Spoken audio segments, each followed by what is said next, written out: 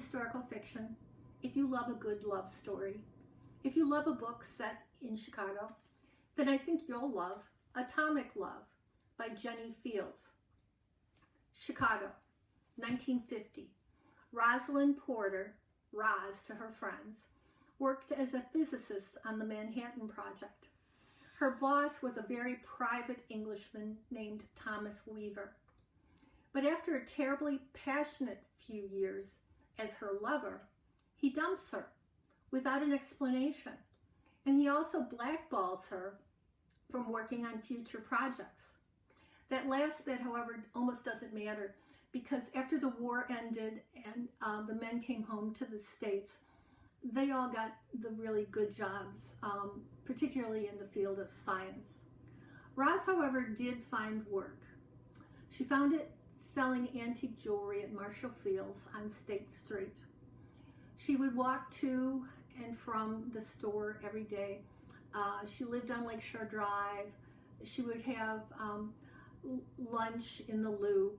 Her fairly mundane life, however, changed considerably when Weaver resurfaces, and he confesses that he never stopped loving her.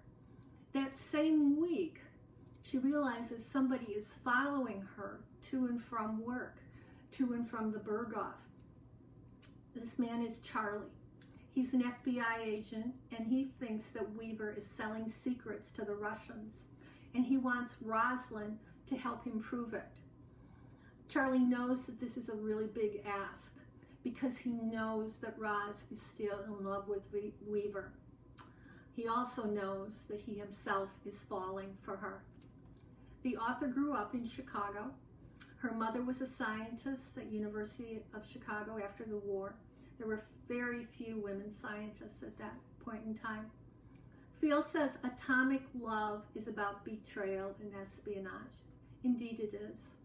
It is also about daunting moral choices and about three people who are deeply wounded, both spiritually and physically, by World War II, and how they come to heal each other.